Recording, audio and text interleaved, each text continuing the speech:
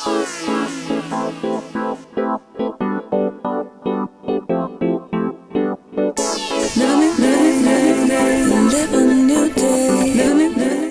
welcome to TIFScene. I'm Drew Brown, and we're sitting here with the lovely Leah and Antoinette, designer of Moose and Beaver. Thank you so much for taking the time out to sit with us today. Thank you for giving me the opportunity to get out there onto the internets. That's what we're here for.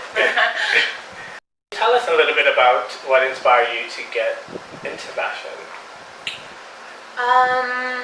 It's sort of a funny story. I was pre-med at a school and university, and I hated the program, so I dropped out.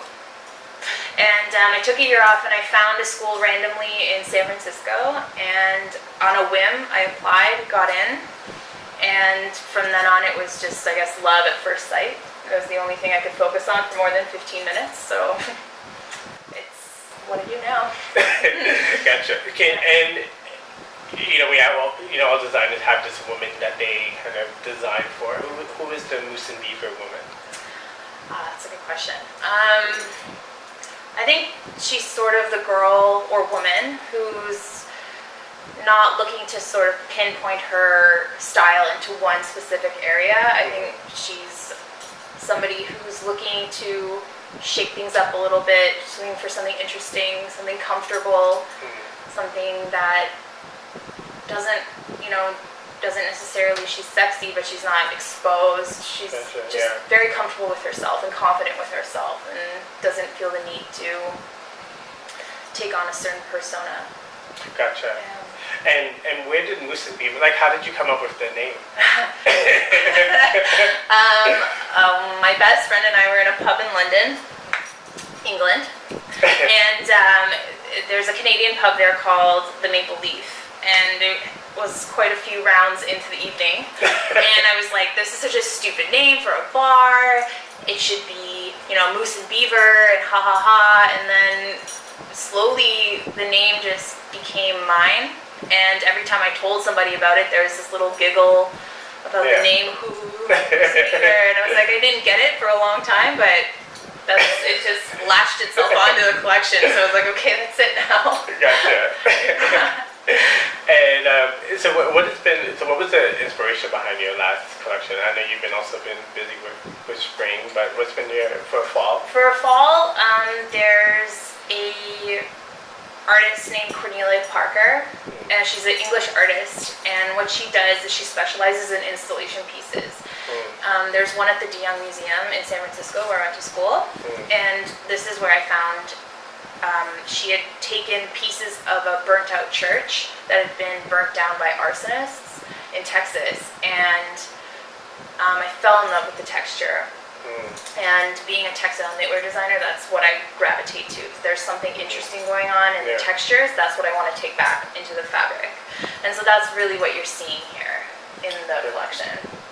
And does your own personal aesthetic, do you find yourself, are you part of the Moose and Beaver? Are you a Moose and Beaver woman? Are you your personal style? I guess so. I mean, I'm definitely a weird blend of California and Canada. So what you'll see is in my pieces, everything is expected to be layered. Everything is expected to be piled on, and that is how I dress. I mean, everything I have is paper thin or really lightweight, and then I just layer on until I'm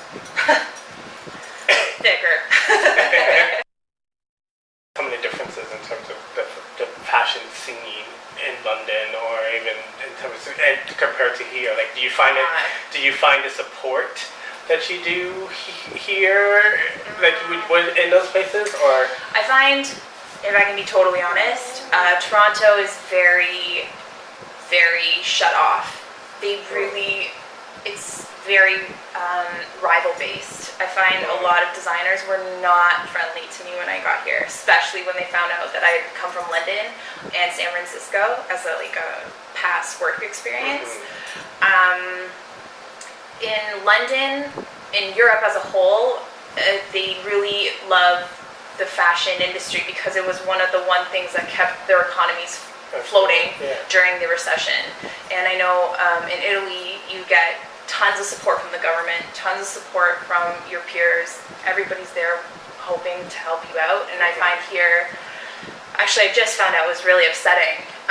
The government has declared fashion design as a non-art. Therefore, we are non-eligible for any sort of government assistance or tax breaks. And it was really upsetting to me because I came from the States where the CFDA gives out $50,000 prizes for the best designers of the year. So here's people who are pushing themselves to become better. And the thing is, if there's nothing pushing me, why am I bothering to expand myself? Absolutely. But I do find that the rest of the world is a little more edgier. They're a little more experimental with their clothing. They're willing, Japan has a huge influence in Europe. Huge. Yeah. So what's happening there is influencing Europe, which is influencing the States, which is influencing Canada. So unfortunately, I think there's a lot of talent here. It's just everyone's very reserved and safe and trying to play by the rules and be polite, but at the same time, this isn't an industry that's polite. It's in your face and it wants to push the boundaries. So fill in the blank.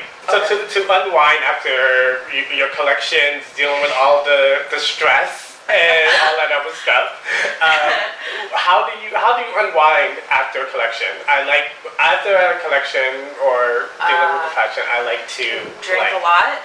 Drink a lot, and that kind of girl. Just sort of unplug. Like I won't be answering my phone.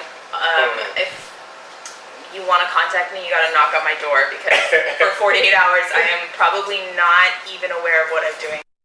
Is it hard for you to kind of get the supplies and materials that you need here? Everything I use has been imported from the States or Europe, unfortunately.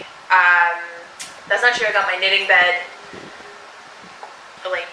up in Yonge and Eglinton area, kind of. But other than that, everything comes from the States. My yarn comes from Italy now. My fabric I get from New York, from Mood. It's just what the reality of the situation is this city is not set up to support its designers. It's not there.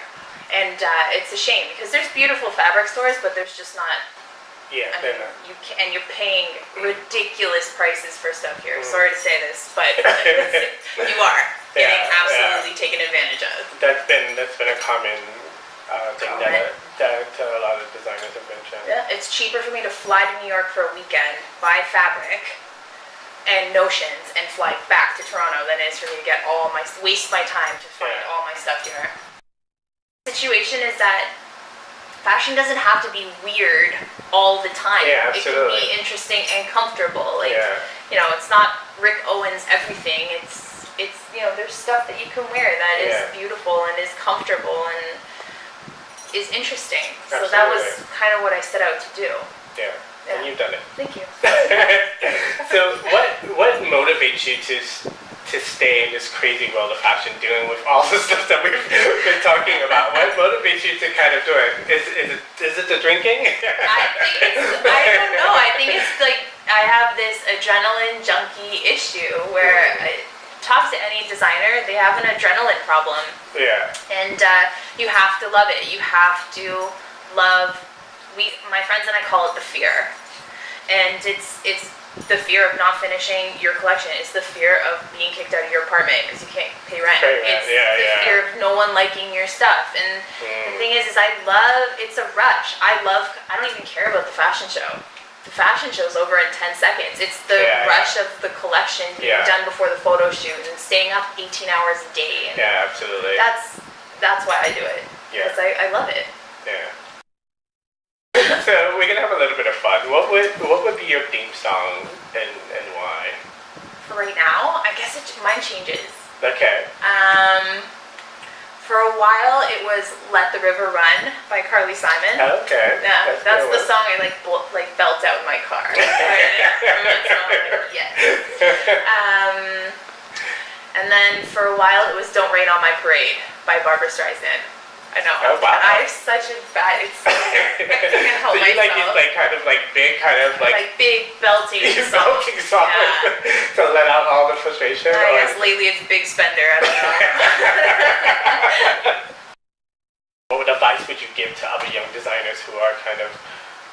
you have to know your history.